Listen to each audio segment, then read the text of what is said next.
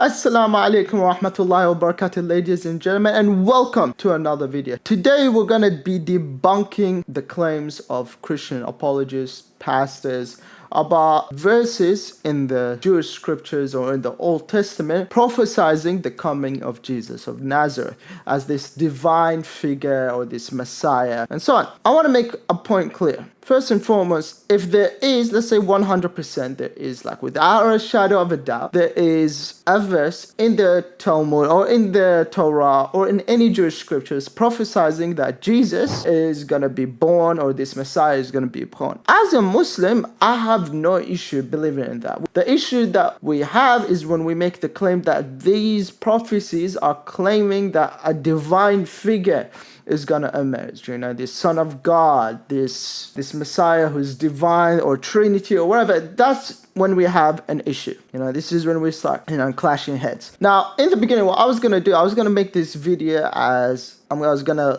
grab all the verses, Isaiah chapter 9, Psalms 110, Isaiah 53. I was going to grab all of them and make a whole video about it. But then I realized that actually I'm broke. I don't have the money to make an hour-long video and pay my editor. So what we're going to do instead is we're going to look at each verse individually and make a video about each one, right? So today's video is going to be about Isaiah chapter 9 verse 6. We're going to look into it. We're going to look at the claims that is made by Christians. We're going to see what the Jews, say about Isaiah chapter 9 verse 6. And with that said, ladies and gentlemen, strap your seats, get ready, because shit is about to get heavy. Okay, before we start, there's also another important thing that I have to point out, which is a translation is not divine. By definition, a translation is man-made. It's a human attempt to render the original meaning of the divine message. This is something that both Muslims and Jews agree on. Now, why am I saying this? So if you go, for example, and ask any Muslim scholar, they will tell you a translation of the Quran is not the Quran. The revelation came down in Arabic. The translation is just there to help other people who don't understand Arabic. But it doesn't make it divine. It doesn't mean that an English Quran is the divine revelation. No. Only the Arabic Quran is the revelation. The translation is just the human attempt to just translate the Quran to help others understand, right? Who don't speak the language. Now, why is this important? Why am I mentioning this? The reason is because when Christians quote stuff from Isaiah or anything from the Jewish scripture or the Old Testament, they're not quoting the original Hebrew. What they're doing is quoting the translation. And that's the problem, because they could have errors, there could be mistranslations, and so on. And there's no exception with Isaiah chapter 9 verse 6. It's the same thing. So it's very important to understand this, and I find it personally bizarre that the Old Testament is in Hebrew, but most Christians read it in English. And the New Testament, the original New Testament, is in Greek. Most Christians also read it in English. So I'm confused. At this point, this is not the inspired words of God. This is the inspired translation of God. Like, you get what I'm trying to say here? But do you guys catch my drift? So with that said, let's get to Isaiah chapter 9 verse 6. Now we turn our attention to Isaiah chapter 9 verse 6. Let's read it. Let's have a look at it. Let's read it. Let's see what it's saying first before we get into what the Hebrew actually says. So this is the King James Version. For unto us a child is born, unto us a son is given, and the government shall be upon his shoulder, and his name shall be called Wonderful Counselor, the Mighty God, the Everlasting Father, the Prince of Peace. Beautiful.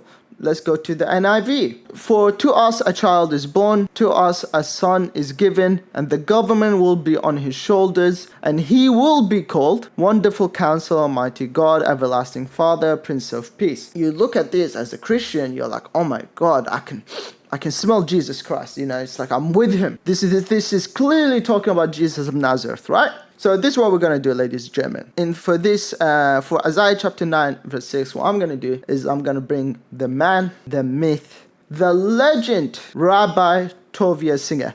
I think that's how you say his name. I hope I didn't butcher it. So let's see what our man is saying. How did the Christians do this in a translation acrobats, right? Let's see what they did. All right. So All right, let's go. The way this was done, okay, so this is how, like I'm showing how they saw the lady in half, is that all the verbs in this passage have been changed from the what's called the perfect tense into the future tense. That's how this was done, which means that if we're going to go through the Hebrew in a moment, and I'm going to teach you, if you're a Christian, a lot is at stake.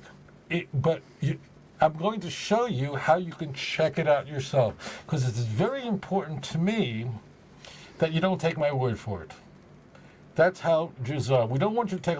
Okay, beautiful.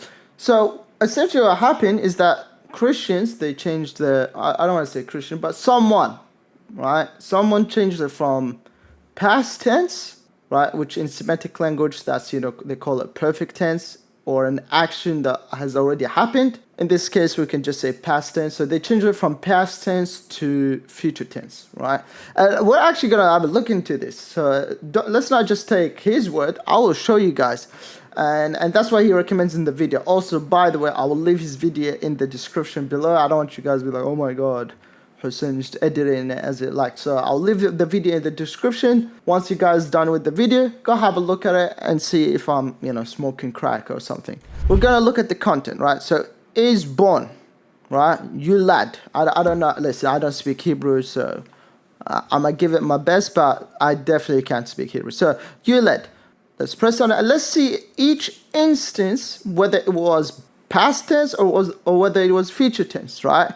So in Genesis, was born, children were born, were born, were born, were born. All of it is past tense.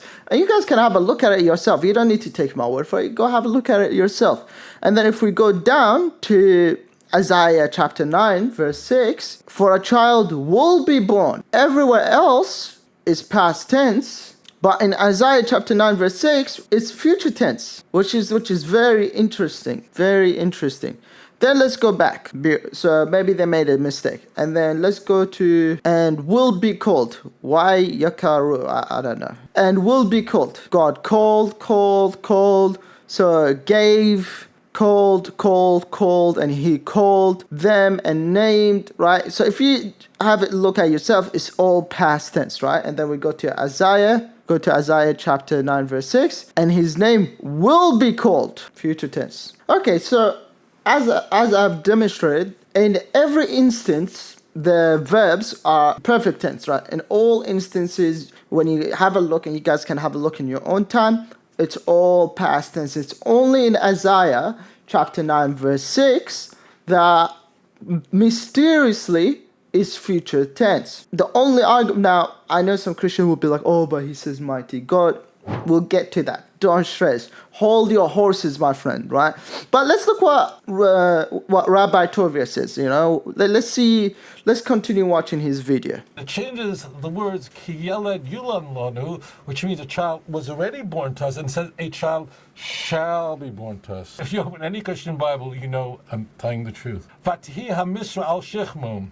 The Christian Bibles say that the rulership will be upon his shoulder. But that's not what the word vatihi. Vatihi is a verb. It means the rulership has already been placed on the shoulder. I'm not going to get into the grammar here, but the vav in the beginning of the word vatihi is called a vav hamahapech, which means it makes it past tense. The next controversial word, Vayikra Shemayim. The word Vayikra does not mean his name shall be. Vayikra doesn't mean shall be called, or Vayikra Shemo, She means name. It doesn't mean his name will be called. Now, you can be sure the Christian Bibles love that. They can't have it past tense. So they mistranslate the word Vayikra into the future tense. Now, you're probably asking yourself the question, Rabbi, how do I know you're telling me the truth? Maybe you just... Because I already watched the video. He then continues and he demonstrates what I demonstrated in the video. He goes and all you need to do is just check every instance of when these verbs are used, past tense or in future tense. And you will find, without a shadow of a doubt, you will find that in every single case, other than Isaiah chapter 9, verse 6, it's in past tense. Only in Isaiah chapter 9 that verse 6 is in future tense.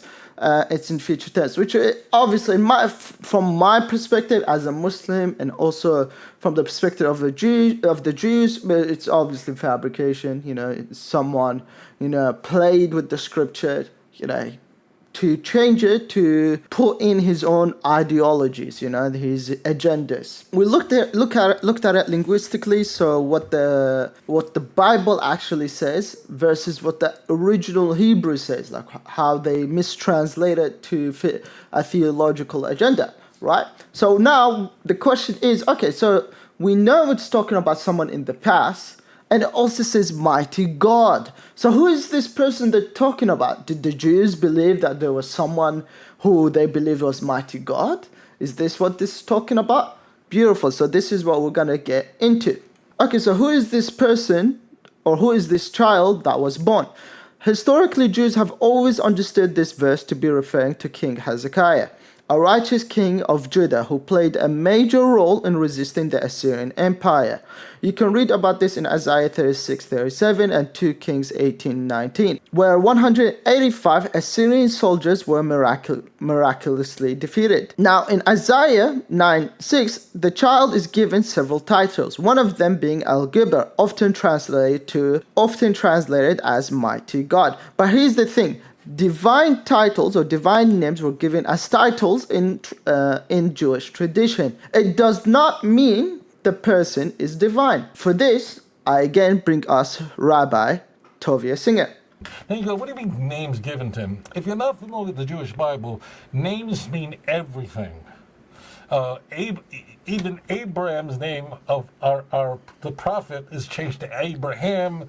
Names are very important in the Jewish Bible. Why? It's not germane to the show. If you have even a perfunctory knowledge of the Jewish scriptures, you know that names are huge. What name you are called, what name you are given. It's just a huge topic, but it's, again, I'm not going to get into this show why. But the key is, many names are ascribed to him. Now, at first glance, they look like divine names, and they are. But people go, oh, he's called... Let's just take the most notable, because just for time, he's called the Mighty God. People go, Mighty God, who's given such a name? Well, names in scriptures, almost always, Jewish names, names of kings, are almost always divine names. It doesn't mean they're divine. It means that these are people who represented, who were agents, who were proper messengers of God. The name Hezekiah, or Chizkiyahu, Hamelech, which means the king. Okay, the word melech means king, both in Jewish, actually, is the same in Arabic. But you know what Chizkiyahu means? You know what Hezekiah means? It means, look it up, Google it, I don't know, wherever you get your information, look up. It means the mighty God. His name, Chizkiyahu, literally means, Chazak means mighty, Yahu, God. So that's the answer to your question. The church changed the text. All you do is search all these words. So, according to Rabbi Tovia, that his name means mighty God, right? But from my research, I don't know how he got that, or maybe I'm missing something, or maybe like I'm searching up the wrong word. But when I search up Hezekiah's name in Hebrew, his literal meaning is Yahweh strengthens, or the Lord is my strength. So I don't know where this mighty God meaning comes from. Maybe I'm wrong, I don't know. But even if it was the case, all right, let's indulge you guys. Let's say hypothetically that indeed it says mighty God, right? It still wouldn't be referring to Jesus, because all the verbs are in the past tense, right? And it's obviously talking about Hezekiah, right?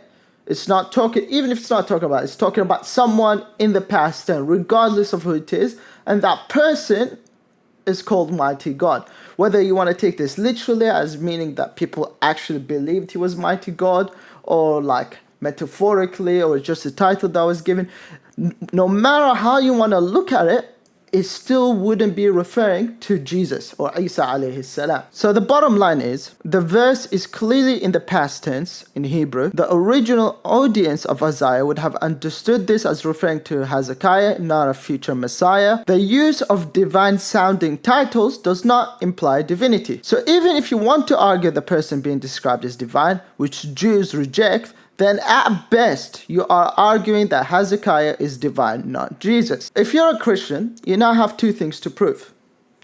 That this verse is genuinely a future prophecy despite the Hebrew, and that it's talking about Jesus, not Hezekiah, which becomes very difficult when the context, grammar, and Jewish tradition all. Ladies and gentlemen, I'm gonna leave it at that. If you guys did enjoy the video, make sure to like, subscribe, and leave a comment.